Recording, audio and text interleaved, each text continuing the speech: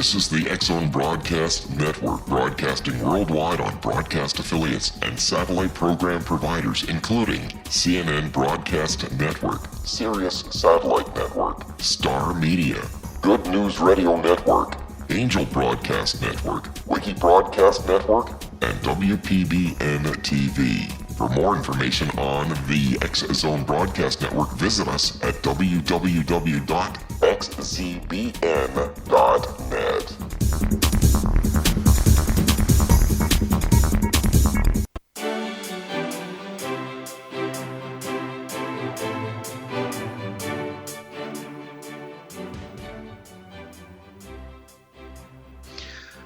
A vast universe exists within and beyond our reality. What we realize with our five senses is but a tiny fraction of all that is real. The universe is not a product of matter and energy, but it is a projection of consciousness and energy. Welcome to the World Beyond Radio Show. I'm your host, Joe Weigant. I'll be your guide and advocate as we remove the blinders of our everyday lives and experience together all that exists out there in the world beyond our world. Thanks for tuning in today, folks. We've got a very interesting show set up for you today. Our guest this hour is Winter Belafire, who hails from California.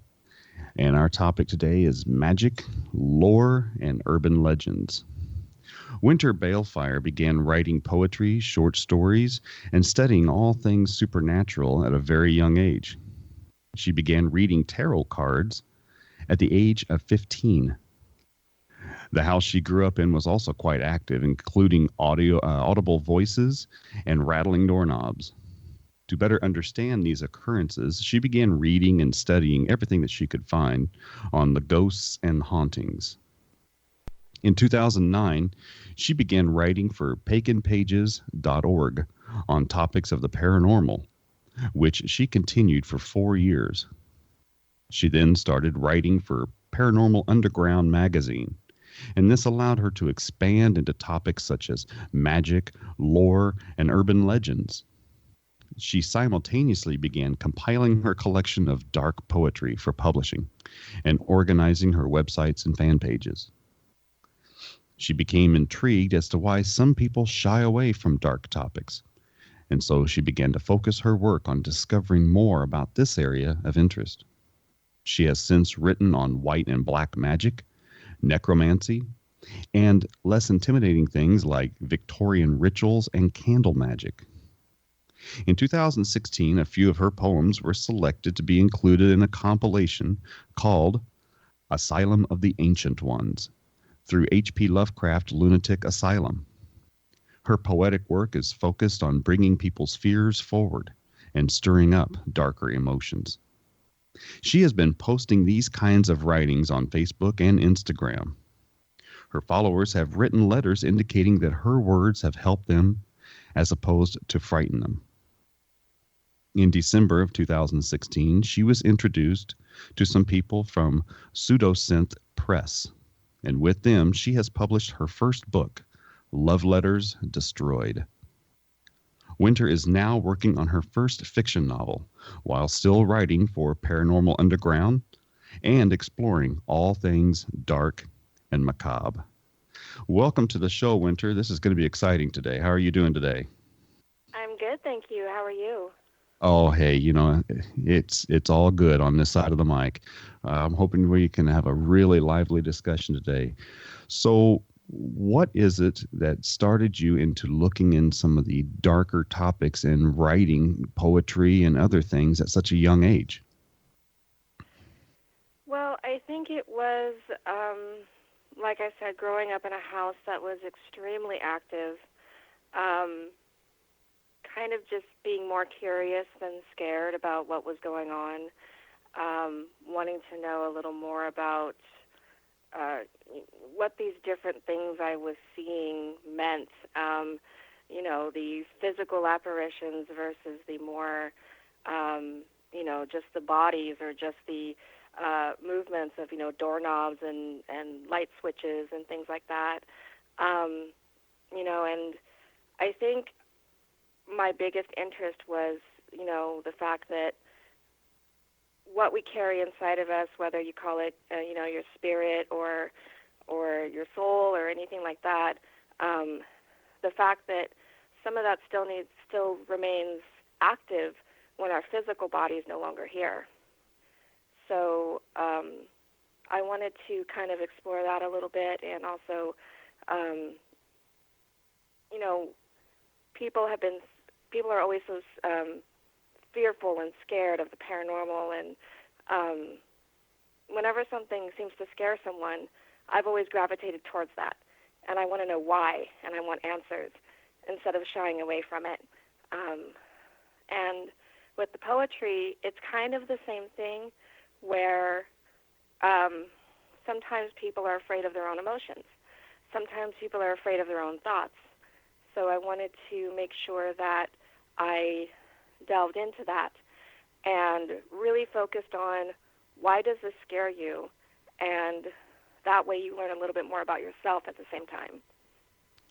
So it was more an experimentation on why people are scared and what they're afraid of. Right, exactly. And, things that, anytime someone tells me, I stay away from that, that's dark or that's evil, my first question is why? And Exactly. Yes, there are dark and evil things in this world, definitely. I'm not denying that. But everyone is scared of something different. Well, we're going to come right back to that in just a second. We have to go to a break here, and we'll be right back in just a few minutes, folks. We are talking to Winter Belafire about the dark topics. Join us in just a few minutes, and we'll be right back.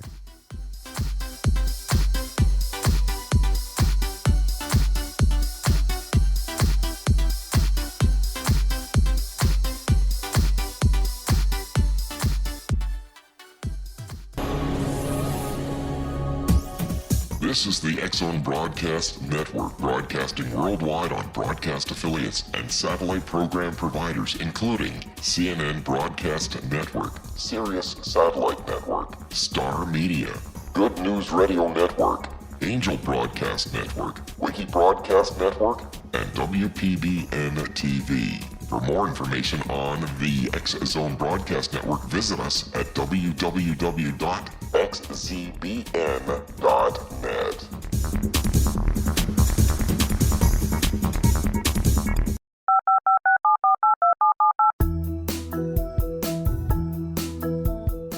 Did you know that when you're on the road with limited data or Wi-Fi, you can still listen to the X-Zone Radio Show with Rob McConnell, The Science of Magic with Gwilda Wiyaka, X-1, Dimension X, Space Patrol, and every minute of the X-Zone Broadcast Network by calling 213-401-0080, courtesy of Audio Now.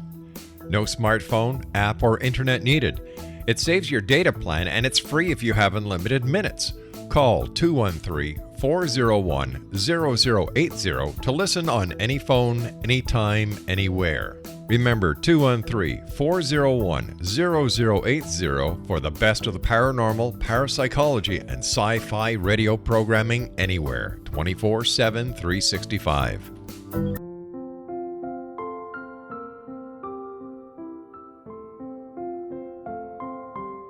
I am Dr. Carl O'Helvey, founder, president of a new cancer foundation focusing on evidence-based physical, mental, and spiritual interventions, including natural cancer cures, prayer, meditation, affirmations, nutrition, and other related holistic cancer prevention and cure modalities.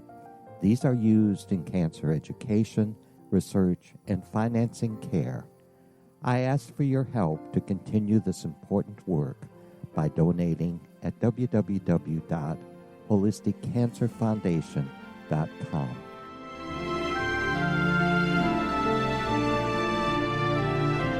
Hello, I'm Pete Marsh. With my daughter Justina, we will be presenting the new radio show, Too Good to Be True. If something seems too good to be true, it usually is. But with the help of Justina's amazing gifts, we're going to gain insight into questions that don't yet have complete answers.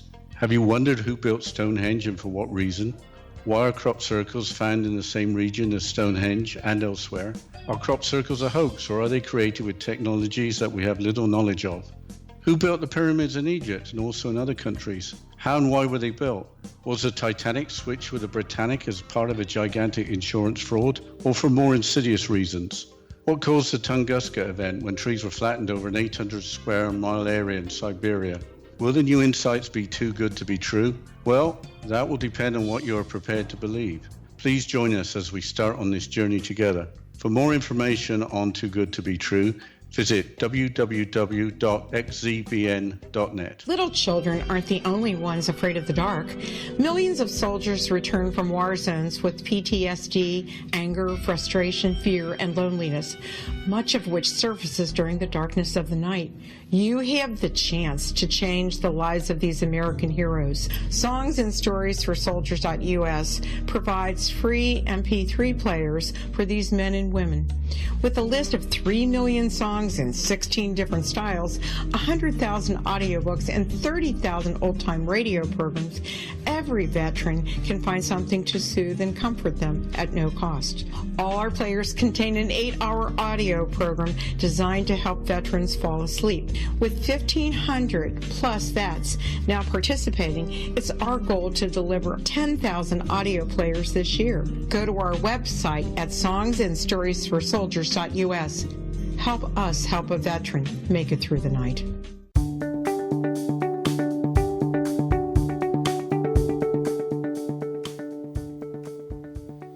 Welcome back to the World Beyond Radio Show. I'm your host, Joe Weigant, and this hour we are talking with Winter Belafire and her writings for Paranormal Underground and some of her other poetry that gives us an idea of the dark side.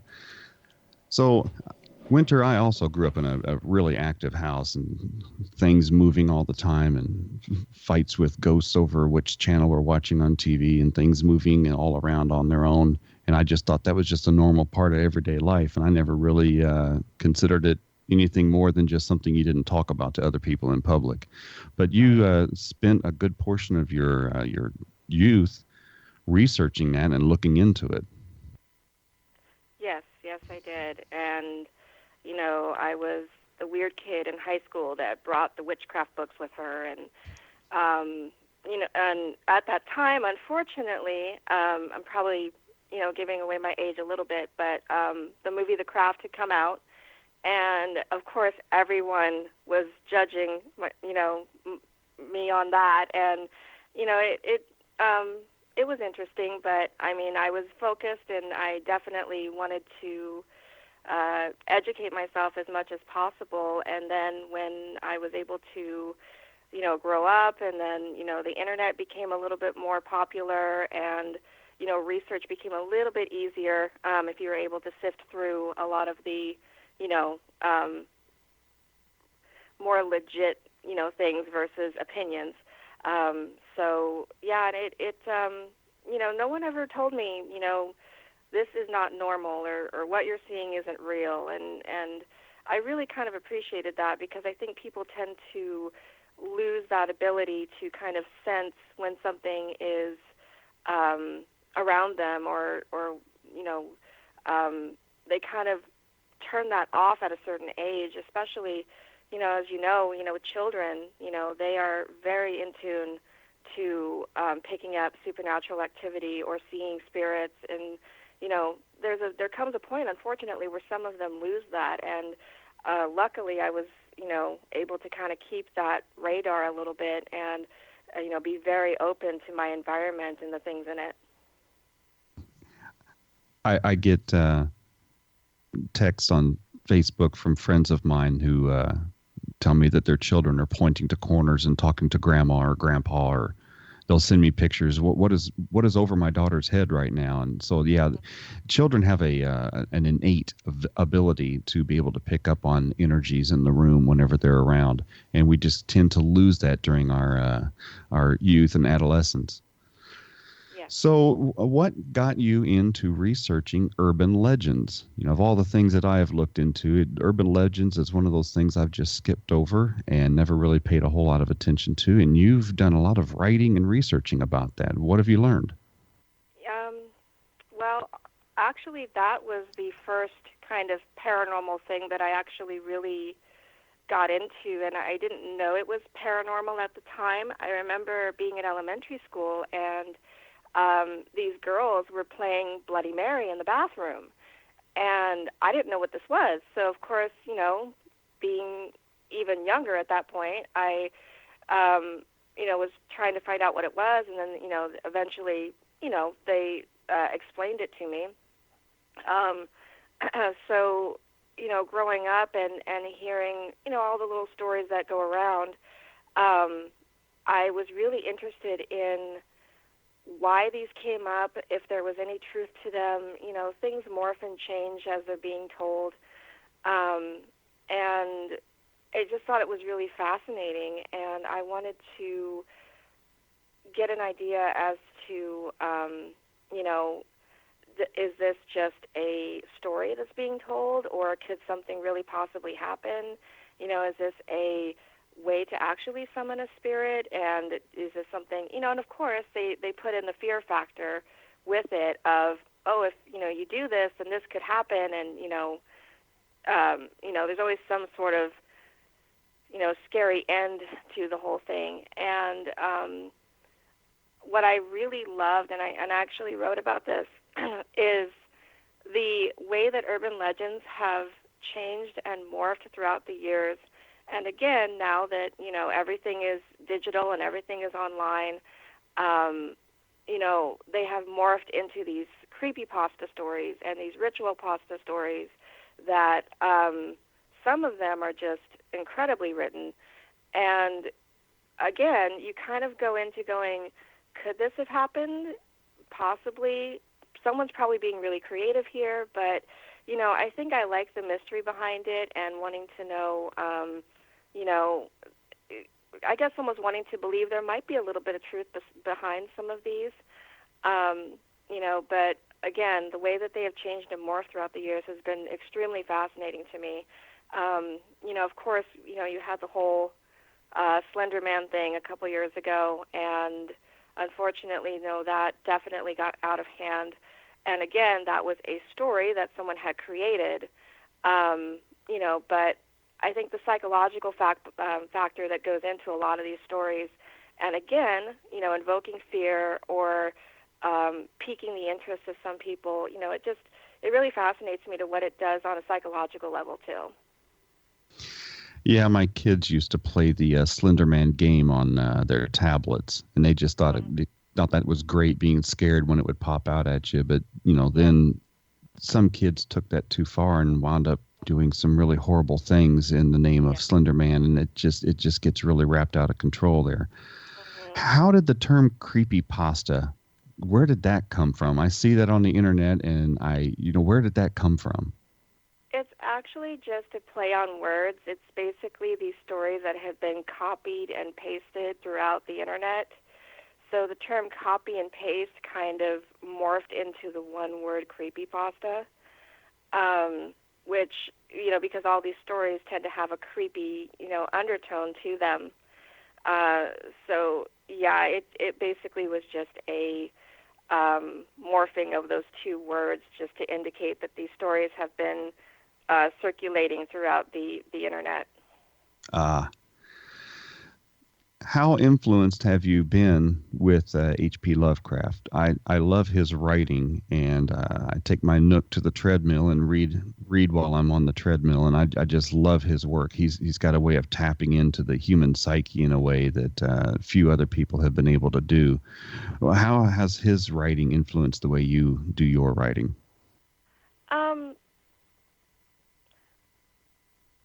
I really think that it's, again, anything that, brings forth emotion, and, he just has a way of kind of bringing you into another world and definitely tapping into things that you would not have necessarily thought about, or, and just the, the subtleties and sometimes the not so, subtle things that are in the writing. I think it just, and it's one of those things that you hear his name and you just kind of know automatically what you're getting into. You know what I mean? And I think that I kind of, definitely, wanted that for myself as well, just to kind of, you hear my name, you know what you're getting into when you read it, So, I think he's definitely written some amazing things, and, there's been some great adaptations. So, I think it's definitely, I was extremely honored to have the first time my work be published be under a group that was, influenced by him and was paying homage to him. So, it's definitely been, one of my many influences.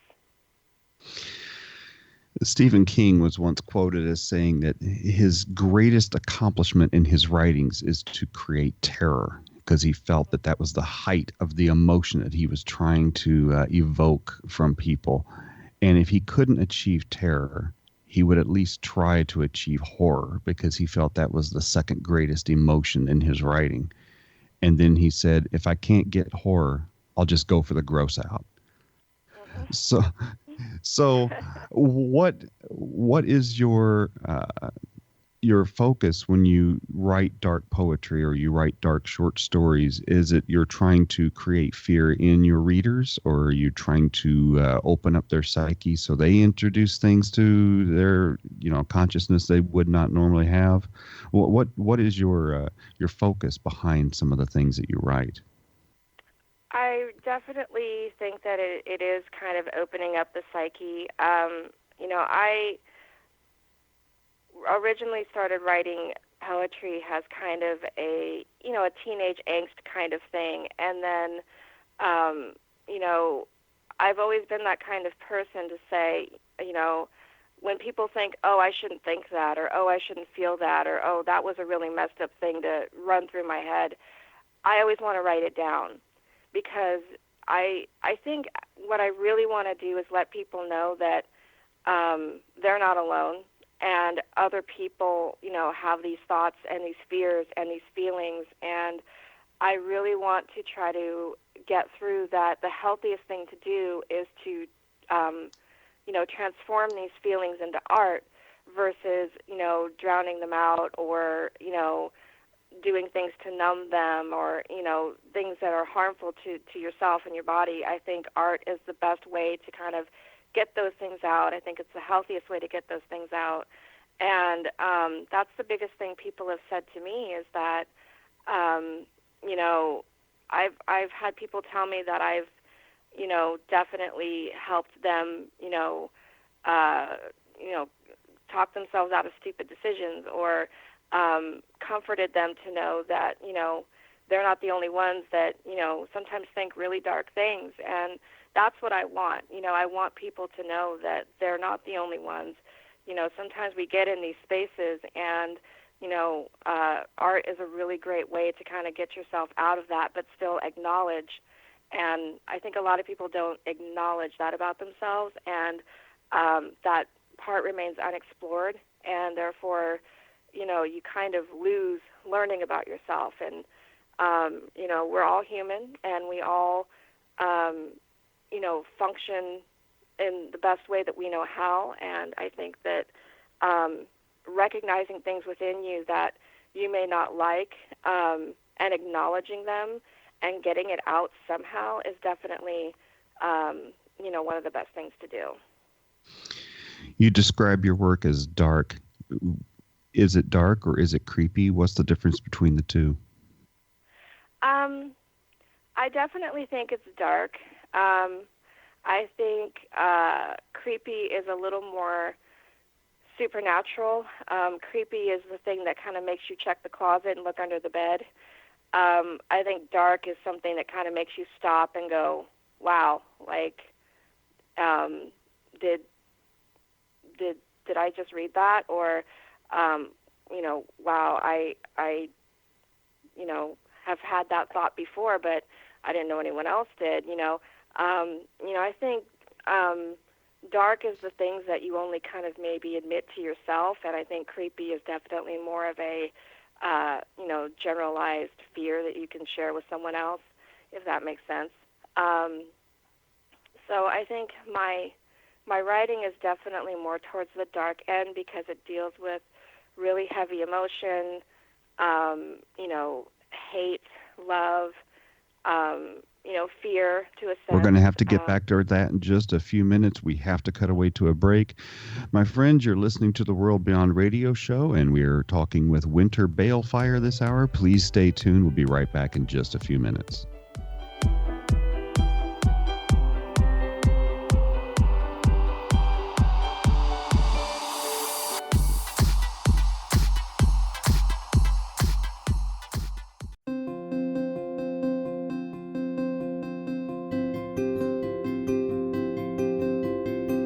Dreams are our personal gateways into infinite wisdom. Don't miss shamanic counselor and indigenously trained dream decoder Sandra Corcoran's inspiring book, Shamanic Awakening Between the Dark and the Daylight. This remarkable work chronicles Sandra's 35 years of experience with diverse wisdom keepers and her initiations throughout the Americas and across the British Isles, Turkey, Greece, and Egypt. Sandy's knowledge of symbology, psychology, and myth influence her dream blog and workshops. Sandy offers private tarot readings, international journeys, a meditative CD, as well as her book, Shamanic Awakening, to encourage you as you navigate this earth walk, creating a deeper connection to yourself and all that is. Find this and more at Sandy's website, starwalkervisions.com.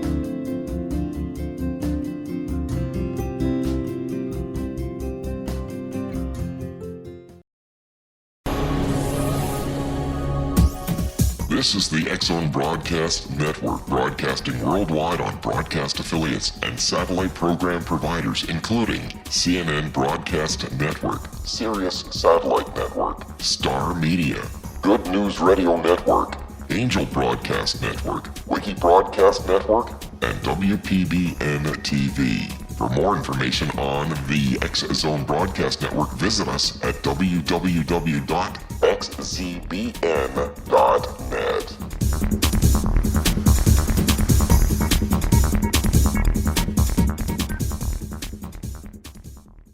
How would you like to be able to read other people's minds? Well, the next best thing is here. When you know how to read a person's name, you know how the person thinks, feels, and behaves.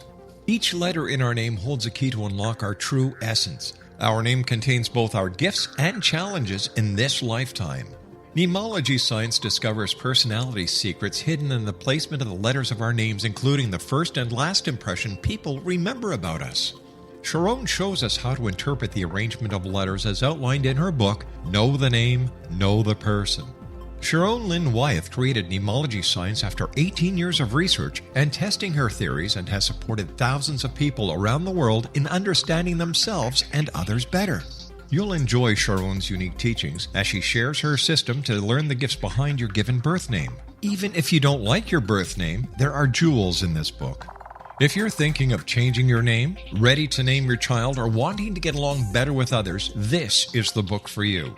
If you'd like to improve your relationships and change your life for the better, get the book today, Know the Name, Know the Person, or visit www.knowthename.com. That's www.knowthename.com.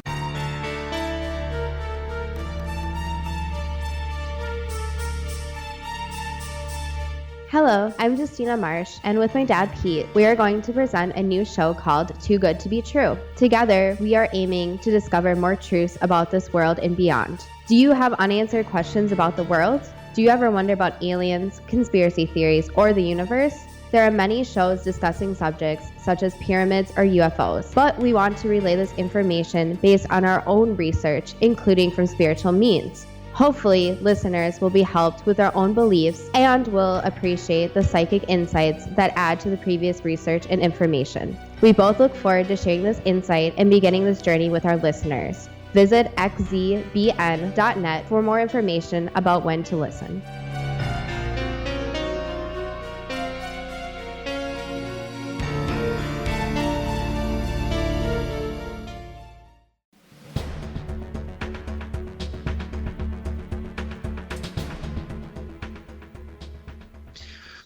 Welcome back to the World Beyond Radio Show. I'm your host, Joe Weigant, and this hour we are talking with Winter Belafire, who is an author, a poet, and a contributor to Paranormal Underground, and she writes dark poetry and things that evoke some deep, dark emotions from within us. So, what were your paranormal experiences when you were a child, and have you had any lately? The first thing that I can remember, I remember being in my room as a kid, maybe, I don't know, 6 or 7, and I remember going to sleep and waking up to this very large, dark mass in the room. The kind of dark that you can tell was not just shadowing or the light hitting. It literally blocked out part of the wall. And my first thought was, that's weird.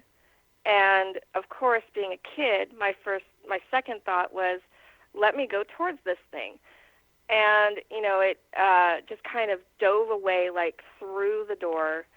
And I just kind of didn't really think twice about it. And, but then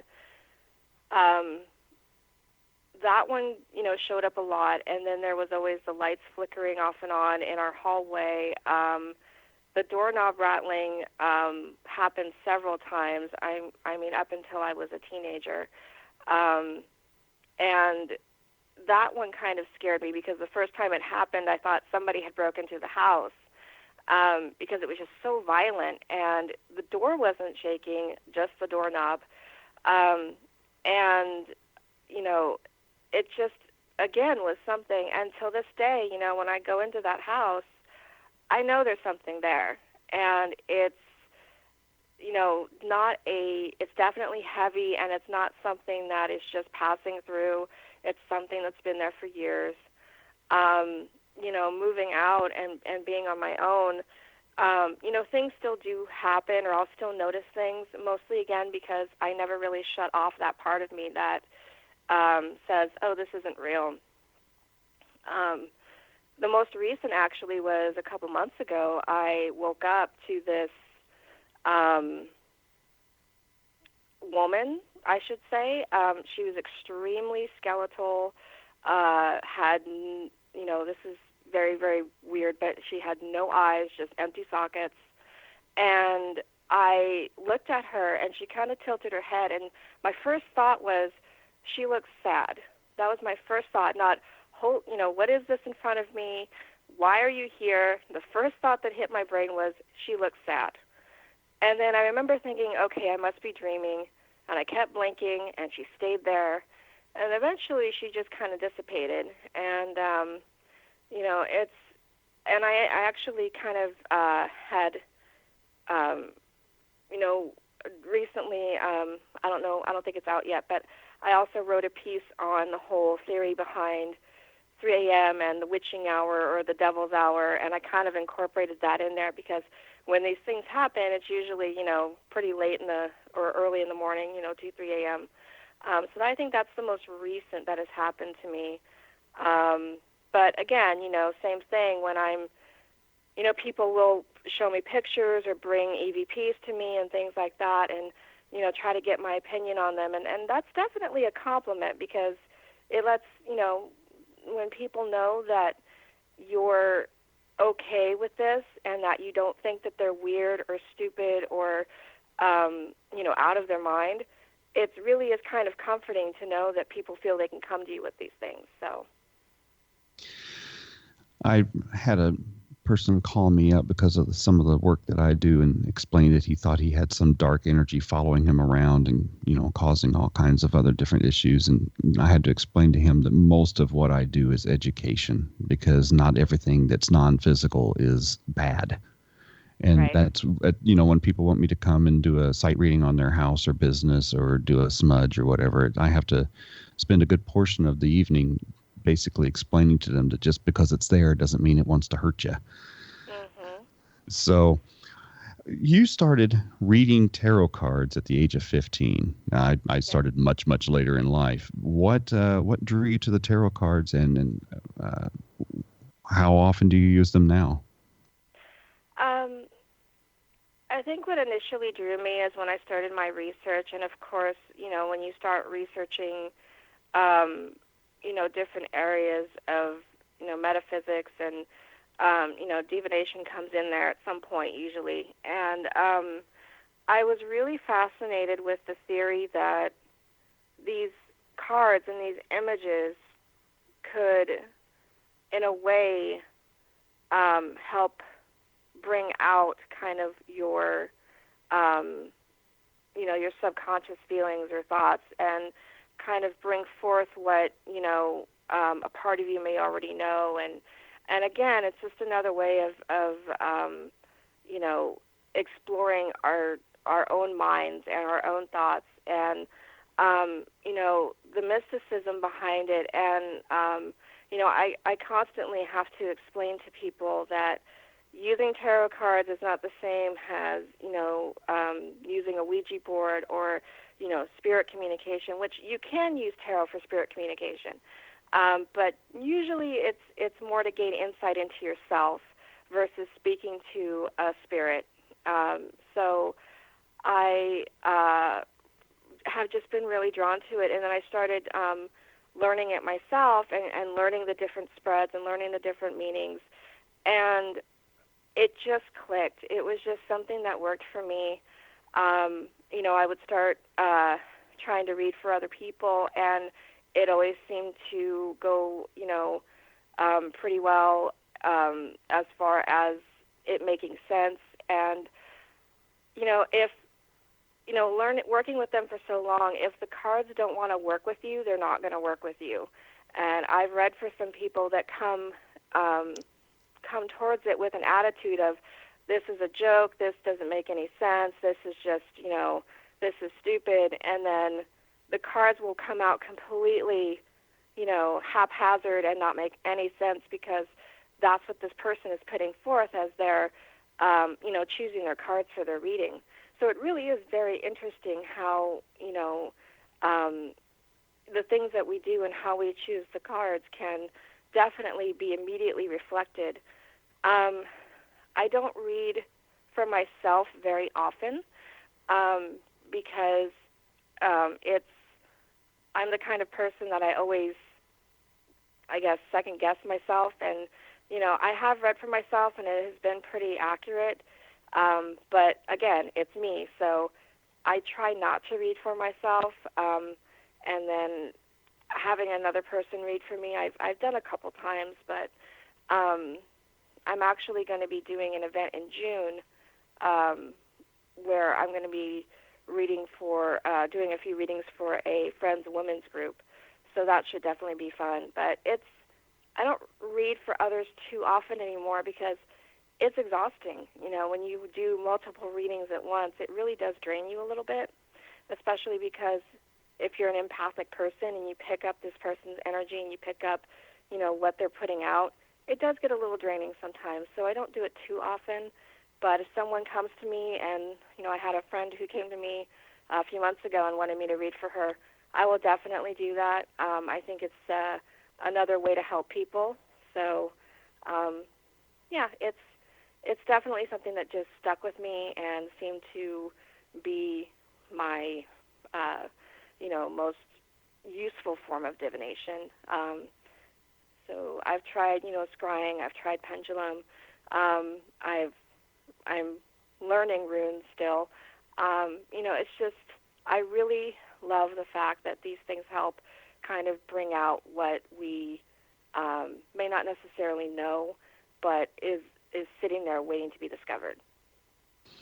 I like to tell people it's basically psychology with pictures. Exactly. Because they come to you with an issue or a problem or a decision they have to make, and then they're frightened of the cards, and it's like the cards have nothing to do with themselves. This is just you and me talking about the issue, but I'm going to use pictures to talk about it. That's good. I think I need to use that. I also have a very difficult time reading for myself, and so I don't do it very often. But I read for other people, and even though I think going into it, it's going to be really difficult, and I don't know if I'm going to be able to connect, it always just seems to work and happen, and it just does it all by itself. And I start talking, and then, the problem gets to come to the surface. So tarot is very illuminating. It is, and I have. I don't know about yourself, but I have decks that I use for certain, for reading for others. I have a deck I use just for myself, and then I have some decks that I don't necessarily use, but I collect because the artwork is so beautiful. So, Same here.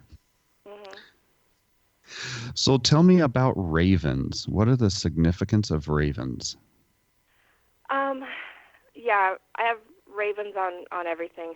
Ravens on my website, my business cards. I have a large raven tattoo on my right arm. A couple reasons. Poe is a huge inspiration for me, which, sounds like, a little goth kid, but he's, when I could learn to read, I think I remember reading his work, and it just really affected me, and I loved how dark it was and the images that came forth. And, of course, the raven was the most popular thing, and I really loved the just the symbolism in it and how it represented the kind of the fear of loneliness or the fear of the unknown, and just the the history of them, being used as messengers and things like that. Again, there's something that when you look at them, they immediately bring forth a certain emotion. Usually it's some sort of, creep factor or fear, but they just have such a mysticism behind them, and they're so intelligent, and they just,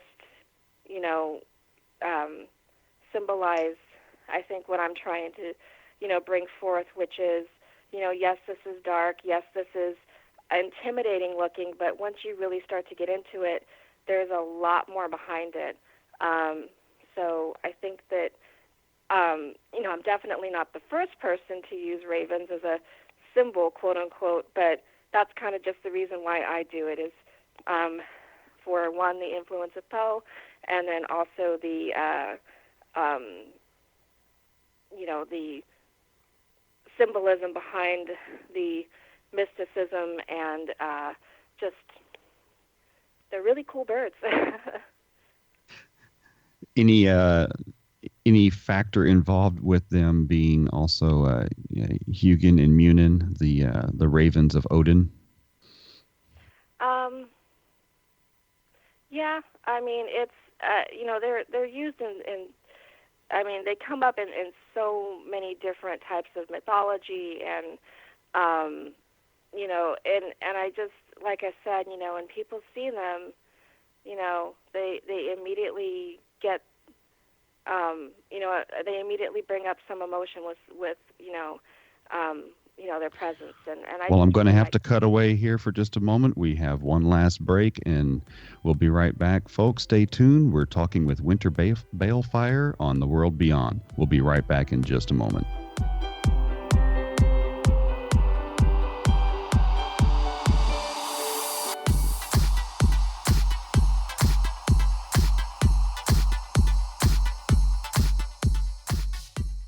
Hi everyone, Rob McConnell here, and I wanted to spend a moment on internet streaming. Everybody has heard about internet streaming, but not many know much about it. Did you know the internet streams just about everything? Movies. From new releases to old classics. TV shows. Almost every show, every episode, and much more. But the question has always been, how do you do it? Well now, thanks to the folks at 123 Ready TV, I have the answer for you. They have developed a simple program app, 123 Ready TV, that you install on your Windows PC, Android smartphone, or Android tablet that can have you streaming like a pro in less than 5 minutes. You truly won't believe how much is available or how easy it is to do until you try. And for a one-time cost of only $19.99, this product is a real winner. To learn more about 123 Ready TV, visit our website at www.xzbn.net.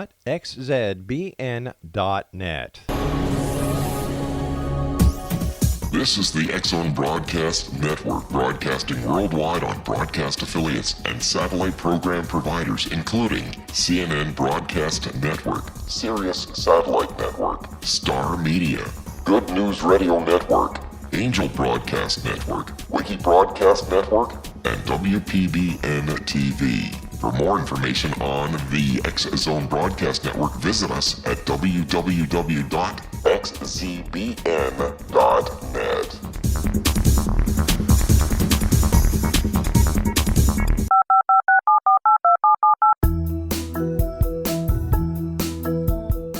Did you know that when you're on the road with limited data or Wi-Fi, you can still listen to the X-Zone Radio Show with Rob McConnell, The Science of Magic with Gwilda Wiyaka, X-1, Dimension X, Space Patrol, and every minute of the X-Zone Broadcast Network by calling 213-401-0080, courtesy of Audio Now.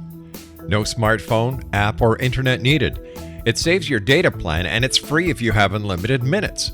Call 213-401-0080 to listen on any phone, anytime, anywhere. Remember 213-401-0080 for the best of the paranormal, parapsychology, and sci-fi radio programming anywhere, 24/7, 365.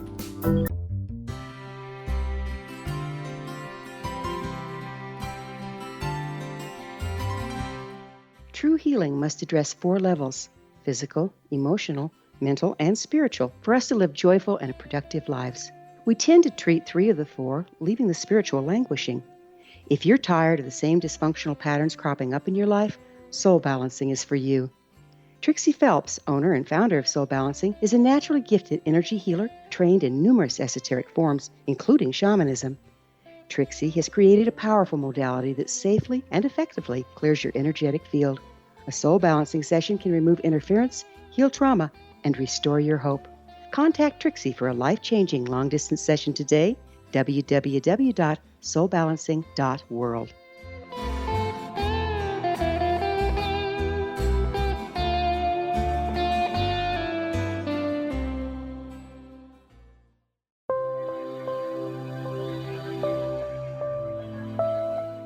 There's a legend shared by many indigenous cultures of a time when the nations were cast to the 4 corners of the world. Each nation was given a body of sacred knowledge that held a different portion of the truth to preserve. True reality could not be known until all the nations reunited, combining the information. If a single one was missing, the world could not be reborn and darkness would prevail.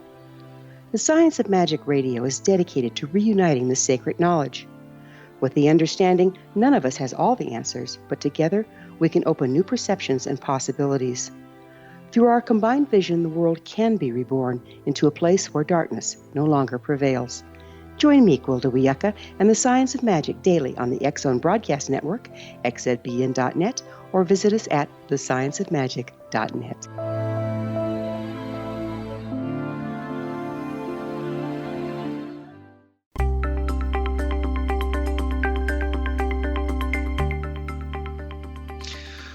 Welcome back to the final segment of the World Beyond Radio show today. I'm your host and guide, Joe Weigant.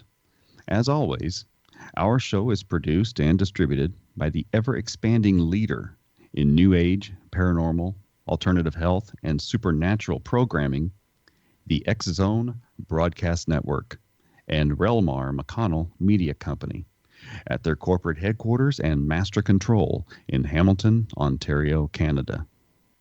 To learn more about the World Beyond Radio show, your host, or to discover a wealth of other amazing radio shows and hosts, please visit www.xzbn.net. To contact me or to inquire about being a guest on the World Beyond, please email me at Joe Weigant, that's Joe, Weigant, at xzbn.net. Or you can visit my websites, www.paranormalpeace.com or www.xzbn.net. www.reikichoice, that's REIKI choice.com. I'm also available on Facebook and Facebook Messenger. Our guest this hour is Winter Belafire. Winter, how can our guests reach you and get a hold of you and view some of your work and websites? Okay, well, my website is winterbelafire.com, and I'm also on Facebook. I'm most active through my Facebook page, which is just Winter Belafire. I'm also on Twitter and Instagram as well under the same name. And my poetry book, Love Letters Destroyed, is also available. It is available through Amazon, Lulu, Barnes & Noble, and actually, hopefully, will be carried in Barnes & Noble stores here in California soon. I'm actually doing my first book signing coming up here on May 20th. So, we're getting there, spreading the word. Good for you. Good for you. So the first time that I ran into your work was in an article that you had written for Paranormal Underground, and it was about necromancy. But you have written about white and black magic and ritual and other things like that for a number of years. Can you describe white and black magic? Well, I've always felt that, and again, theories differ, but I've always felt that magic is neither black or white. It's really all in the practitioner. There are things that you can definitely say are geared more towards the darker end, such as necromancy, where the outcome is definitely something that is more beneficial to the practitioner, and you're definitely doing something that is not necessarily viewed as, right, because again, with the article on necromancy, people are actually going forth and, in extreme cases, grave robbing and things like that. So, of course, morality, that's not something that you would want to do. But I think you can take anything, even, spells that are considered white magic, and if someone has ill intent or, the will to harm someone else or wish bad on someone else, I think you can turn anything, into quote-unquote black magic. I recently, again, I had talked about this before, but ran into a YouTube channel that I used to follow, and the person who was on the channel was actually showing some magical practice, and it was how to curse someone or how to, I think this particular one was about something to do with either crushing their wishes or crushing their dreams or something like that, making it so that their goals in life do not happen. And I had contacted her about this, and, I was kind of disappointed because I was thinking, well, magic should be about helping and healing, and, you're putting this out on, the internet, and everyone's seeing this, and people who have no idea how to practice are just, you're not giving any sort of warning, you're not giving any sort of preparation, you're just kind of going out there and telling people, hey, this is how you do this, and let's go mess up someone's life. And she had mentioned, I'm a pro curse witch, there's a lot of us out there like this is how I practice, pretty much deal with it. And that was kind of interesting to me because I didn't know that there were people who actually, I knew, but I didn't know how many people are actually thinking this is okay, to kind of put that energy out there. So I think it's really just all in the practitioner. It's all in what you put out. It's all in what your intent is. And if you are a angry, bitter person, I think that no matter what you try to practice, that's going to come out. And it's going to reflect what you're doing and what you're trying to portray, and it can affect other people as well. As you know, if you're around someone who carries that, heavy energy with them, they can just, suck the energy right out of you sometimes, because it's just like, wow, this person has some, deep things in them that are swirling around, and, it's really hard to kind of, I guess, not so much protect, but block yourself away from that. I'm getting better at it. That's been one of my big things, is, being very empathic and kind of absorbing other people's energy. But getting back to the original question, I really don't think there is black or white. I think it's all in the intent. So, I've read a lot about magic and candle magic and things like that, but I've never heard of Victorian rituals. What is that? Well, it's mostly the Victorian morning rituals, just kind of what they did at the time to kind of honor their dead. And, with the postmodern photography, and also, keeping locks of hair, the Victorian mourning dolls that they would use, where if a child passed away, they would have a doll that would represent the child, sometimes use the child's clothing and things like that to kind of keep it, keep a memoriam of them. And, when someone passed away, they would cover the mirrors in the house so that the spirit would not get confused when it was leaving the body. They would even carry the body out of the house at a certain angle, so because they felt that if they had the ability to look back, they could bring someone with them, things like that. So it's mostly just their kind of belief and superstitions around their dead and how they handled things. I've always been aware of those things. I just didn't realize that they had a title to them, the Victorian rituals like that. Those kinds of things are the genesis of our modern day funeral home practices that we don't think anything about today, but they have their origins back in some of those practices. Yes, definitely. And,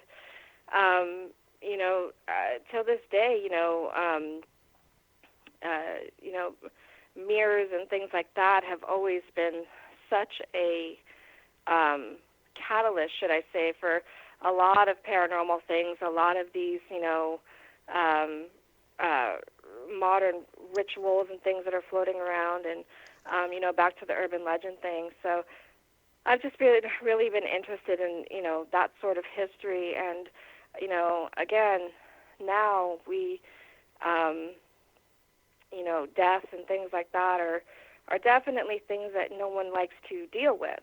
But the way that they did it back then, and just really took the time and the effort to make sure that a person's spirit could pass peacefully and without confusion, was definitely something that interested me greatly.